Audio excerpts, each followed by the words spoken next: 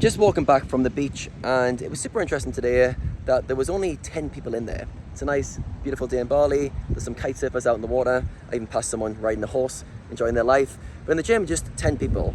And I looked around, and everyone was quite a serious trainer. One guy was a bodybuilder. He competes in bodybuilding events. There was a few guys who looked like maybe physique competitors, shredded, six-packs kind of guys. And the other guys were just in good shape. Probably the physique that they want, low body fat, and just looking good. There was 9 guys, 1 girl, general gym ratios of male to female. And it got me thinking, how many people are sat at home thinking about going to the gym? Or how many people want to get in better shape, lose weight, put on muscle, whatever their goals are, but they're not in the gym, all right? And these guys who are in the gym today, I see them all the time. I'm there all the time, they're there all the time. And it got me thinking that us who are in the gym today, we're all just playing a game, all right? And it got me thinking about the analogy of life is just playing games. So the way I was thinking about it is all of us 10 who are in the gym are playing the game on some level of getting fit, all right? So the bodybuilder guy is playing the game of putting as much muscle as possible so he can compete. I'm playing a strength game at the moment, trying to get strong, doing powerlifting stuff. And the other guys are either trying to lose body fat or put on muscle, but they're playing a very clear game, all right? Now, the people who are at home aren't playing the same games. Maybe they want to play the game, but they haven't opted in. And it got me thinking how transferable this mindset is to it's all just a game. Decide on the games and play the games well. So it got me thinking about my kind of fitness journey. Let's say I was a runner for 10 years, from say 12 to 22, 23. And I was really skinny, super skinny, because I'm competing in middle distance races around the country. And then I got to my mid-20s, moved to Thailand to play online poker, and I wasn't running much. One, there was rabid dogs running around, and also like I just didn't want to run in the heat too much. There was no races, so I fell out of love with training for running. So my friends who I was living with, they were doing the gym. So I jumped on that and started doing the gym with them. Very quickly, within a few months of learning the ropes, I soon started playing the gym game. And for me at first, that was put on muscle. When you've been a skinny guy your whole life, you want to put on muscle. So yeah, for the next 10 years, let's call it, from 23 to 33, I hit the gym very consistently. I knew why I was going, and I was playing the game of put on muscle. All right, very simple game. It's a simple game, it's a very easy game when you know the rules, and you just got to show up consistently. Now, 2 years ago, I jumped into a powerlifting event. Actually, it was a strongman event on a week's notice. Shout out to my friend Ivan, who also jumped in that on short notice. And it really opened my eyes to how enjoyable strength training could be. So I came second in that competition, randomly, don't know how I did that.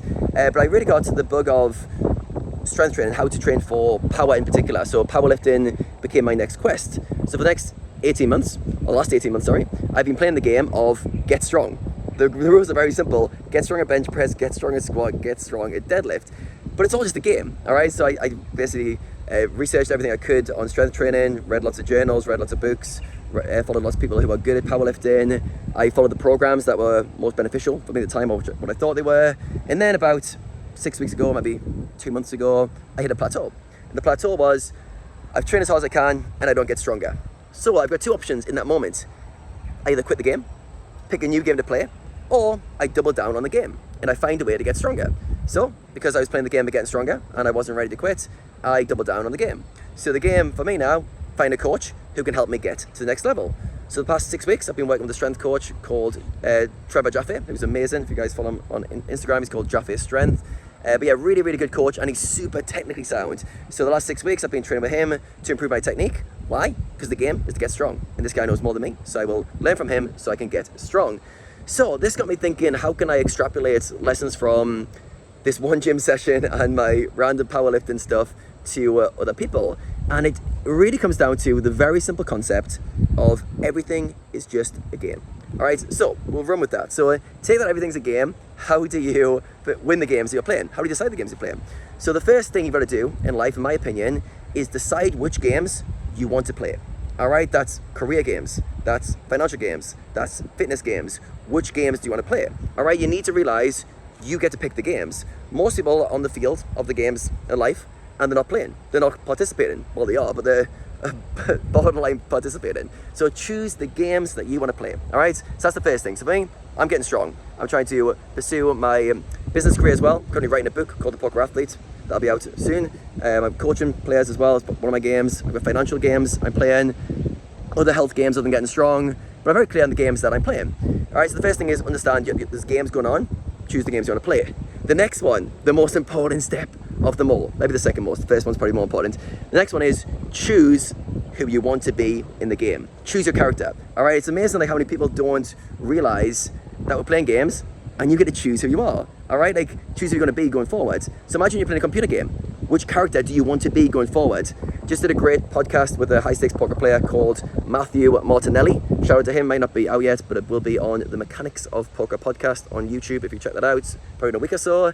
And one of his great things he said in that podcast was, I got very clear on who I wanted to be, and I chose decisively who I wanted to be going forward. All right, and that's it. Choose the versions you want to be. So me, for example, right now when it comes to the powerlifting, I want to be as strong as I can. I want to be strong enough to compete at national level, maybe even international level at that thing. All right, so choose the game. Doesn't matter what you choose.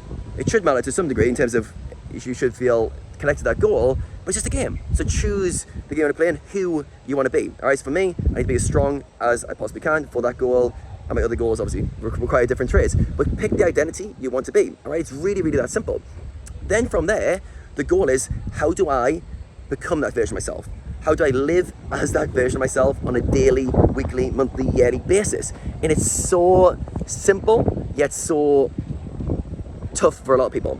And the reason it's tough is because the only thing that gets in your way is your mind, all right? And if you don't realize that, you make excuses. You blame other people. You blame circumstances. You blame everything but you, all right? So when you pick who you want to be and you choose that, you need to realize that the mind sometimes is going to go, don't feel like doing that today. Don't feel like that's not what I want to do. I'm a bit tired today. I'm a bit bored. So what you got to do is get really in tune with your inner dialogue and when it stops you from winning the game. All right, so when you've chosen the identity you want to be, you've decided, what does my days look like? All right, what time am I waking up? What am I doing? What are my habits? What are my routines? What do I need to be focused on every single day on a regular basis? Then the game comes, can I execute on that? And this is where most people fail, or they fail to plan, but a lot of people fail to execute. And the reason is they give way too much emphasis on that inner voice. All right, so to get past that, you've got to realize, what are my common inner dialogues that stop me from moving forward? All right, let's use a gym example. Let's say you want to lose weight and put on muscle, which is the worst goal. Lots of people play the wrong game. If you play the losing weight game, play that game all out, lose loads of weight. If you play the put on muscle game, play that game. Don't play both of them together. They've got different rules, different setups. They don't complement each other well. It's like trying to run a marathon and be a powerlifter. You can do them, I guess, but not two good games to play simultaneously. Win one game, then play another. Anyway, let's say you decide on how you're going to show up. You're going to hit the gym X amount of times per week. Let's say it's put on muscle. Let's say you're going to have a certain diet and X amount of recovery and not drink too much to mess with your recovery. Now, can you execute? You've got the plan in place. What you realize is there'll be days when your mind stops you. By stops you, I mean it tells you a story of, I don't want to try today, I'm tired today, I haven't got time today. What a great one. How many people have used that one? I haven't got time today. Amazing one. I almost used it yesterday. Did a podcast for 3 hours and I was due for cardio, which isn't my highest priority training of the week, but still important. Really tired, getting off it. I was like, I don't feel like doing cardio today. I was like, oh, interesting. My mind says I don't feel like it. What do I do now? Well, I'm playing the game of health and getting fit. Override that. I will do the cardio anyway. So you've got to find the kind of dialogues that your mind's using and then find ways in the moment to override that. What does that mean? It means you find a way to either reframe what your mind is saying or to move past it. So example, yesterday, my mind said, I'm tired, it's been a 3-hour podcast. I'd rather have some food. I'm really hungry right now. Why don't I do cardio tomorrow instead? I knew I wouldn't do cardio tomorrow because I've got a gym session instead. So I went, well, Adam, you're hungry, but you're not that hungry. You value your health very highly, so why don't you just do a half an hour cardio session? There's a field just over there. Why don't you do some laps of that field to warm yourself up and then just get going? And in half an hour, you can eat. How about that? And I went, all right, I can commit to that. Put my shoes on, out I went. So you've got to realize the mind's going to tell you you can't do stuff. You've got to find a way to override it. And it gets to a point where you are so good at this game that you see your mind trying to worm your way out of stuff and you just go, I'm going to do this, I'm going to do this, I'm going to do this, all right? And it generally just comes down to 2 to 4, maybe 5 habits that you do daily, all right?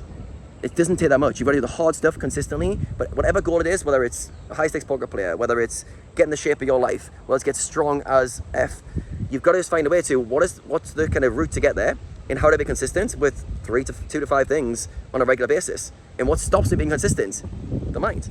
All right, Michael Singer, one of my favorites, mindset coaches, or spiritual coach, whatever you want to call them, has a very true quote that says, all your problems are in the mind, are created by the mind. Every single one of them. There's not a single problem that isn't created by the mind. All right, once you understand that, we said that. So let's say you've chosen the games you want to play, you've decided who you want to be, the character you want to be, you've realized that you're getting in your own way, and you've got your routines that you're trying to act on. Every day is just a game of, can I stay consistent with this new version of myself? There's the old version of you, which is your old routines, old habits, which tries to stop you moving forward. And the game is, can I override my, as David Goggins called it, inner little bitch in my head? That's quite an aggressive way to call it. But can I override that? And can I find a way to show up consistently? And it's that easy. It's that easy. And all you need to remember, it's just a game. It's just a game, but you better take it seriously. So choose what games you want to play and play them all out. That's my kind of final kind of words on this. The games you play it all out. Sometimes when people see me train, they're like, oh, you train very seriously, Adam, you treat recovery very seriously. It's like, yep, because I'm playing a game. And I've decided I'm going to get good at this game. To get good at the game, you've got to try hard, and you've got to put your effort in. All your effort, all right? Put it all in. So hopefully that gives you guys something to take away from. If you like this style of video, hit the thumbs up video. See you in the next one.